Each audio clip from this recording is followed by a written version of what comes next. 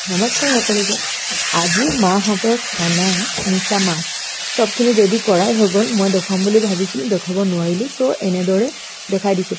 ইয়াতে দিছে মায়ে পিঁয়াজ, হালধি, নিমখ, মছলা, নহৰু, আদা এইবিলাক চব মানে পিঠা মিক্স কৰি কিনে সানি থৈছিলে আধা ঘণ্টামান। তাৰপিছত কেৰাহী গৰম কৰি তেল গৰম হ'ল, তাৰপিছত গোটেইখিনি সানি থোৱা মাছখিনি এনেদৰে দি দিলে। কেইটামান বেলেগ মাছ আছে, কিন্তু মিছা মাছ বেছি আছে, তো সেইখিনি কম গেছত ঢাকি থৈ কিনে এনেকুৱা লাহে লাহে লৰচৰ অকণমান কৰি দিছে। তাৰপিছত দেখিছে নহয় পুৰা শুকাই গৈছে। মাছ ভালদৰে ভজাৰ পিছত অকণমান বোলে গ্ৰেভি নিচিনা খাব, শুকান ভাজা নাখায়, তো সেইকাৰণে পানী দিছে। আপোনালোকে যদি শুকান ভাজাই খাব খোজে তেনেহ'লে শুকানকৈ বনাই খাব পাৰে।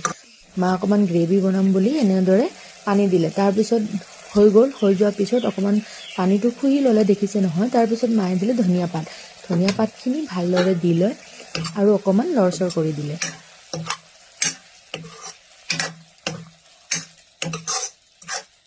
ইমান টেষ্টি দেখাইছে নহয় জানো। আৰু আনপিনে বনাইছে মায়ে সৰিয়হ দি পেলাই আলু, ছজনা, কণ বিলাহী। এইপিনে আছে ধনিয়া, কণ বিলাহী চাটনি, আকৌ জাতিলাও ভাজি সৰিয়হ দি পেলাই। এইপিনে চিম্পল দালি আছে, ভাত আছে।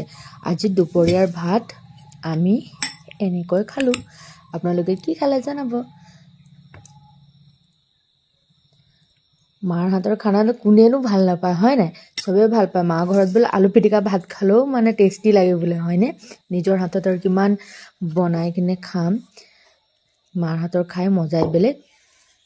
চ' মোৰ হাঁহিটো দেখি গমেই পাইছে চাগে মই কিমান মানে ফূৰ্তি হৈ আছোঁ আৰু খাবলৈ।